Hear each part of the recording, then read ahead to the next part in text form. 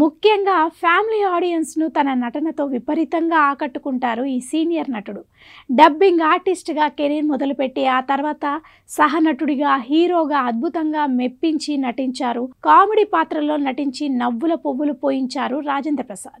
ఎన్నో సినిమాల్లో హీరోగా నటించి ప్రేక్షకులకు దగ్గరయ్యారు నటకిరీటి రాజేంద్ర ప్రసాద్. ఆయన సినిమా వస్తుందంటే ప్రేక్షకుల్లో తెలియని ఆసక్తి, ఆనందం కలుగుతోంది. ముఖ్యంగా ఫ్యామిలీ ఆడియన్స్‌ను తన నటనతో విపరీతంగా ఆకట్టుకుంటారు ఈ సీనియర్ నటుడు. డబ్బింగ్ ఆర్టిస్ట్‌గా కెరీర్ మొదలుపెట్టి ఆ తర్వాత సహనటుడిగా, హీరోగా అద్భుతంగా నటించి మెప్పించడమే కాకుండా ఒకవైపు నవ్విస్తూనే మరోవైపు అద్భుతమైన ఎమోషన్ని పండిస్తారు రాజేంద్ర ప్రసాద్. ప్రస్తుతం రాజేంద్ర ప్రసాద్ చాలా బిజీగా మారిపోయారు. వరుస సినిమాలు చేస్తూ ఆయన షూటింగ్స్లో బిజీగా నటిస్తున్నారు. రీసెంట్గా కల్కి సినిమాలోనూ ఒక ప్రత్యేకమైన పాత్రలో నటించారు. అలాగే ఇప్పుడు చిన్న పెద్ద హీరోల సినిమాల్లో కూడా నటిస్తున్నారు.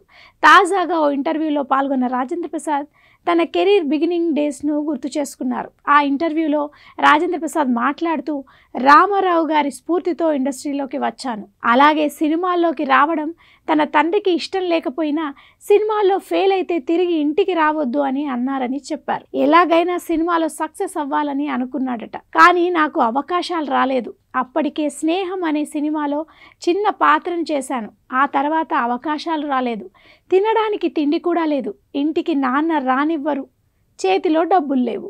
అవకాశాలు రావడం లేదు. అప్పటికే భోజనం చేసి 3 నెలలు అవుతోంది. చేతిలో ఉన్న చిల్లరతో రోజుకో అరటిపండు తింటూ ఓ గ్లాస్ మజ్జిగ మాత్రమే తాగుతూ జీవించాను. చివరికి అవి కూడా అయిపోయాయి.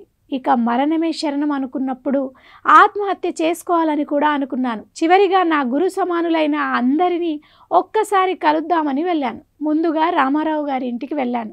ఆయన ఏదో బిజీలో ఉన్నారు.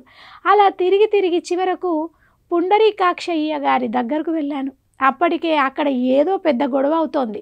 నన్ను చూసిన ఆయన ఎప్పుడు వచ్చావంటూ నన్ను పలకరించారు. ఆ తర్వాత నన్ను తీసుకొని వెళ్ళి మేలుకొలుపు అనే సినిమాకు డబ్బింగ్ చెప్పించారు. ఆ సినిమాలో నటించిన వ్యక్తి తమిళనాడుకు చెందిన వ్యక్తి కావడంతో నాతో డబ్బింగ్ చెప్పించారు. నేను 4 డైలాగ్స్ చెప్పాను. ఆ తర్వాత నేను భోజనం చేసి 3 నెలలయ్యింది. ఆకలి వేస్తోంది. ఏదైనా తిని చెప్తాను అని అన్నాను అంటూ ఎమోషనల్ అయ్యారు రాజేంద్ర ప్రసాద్.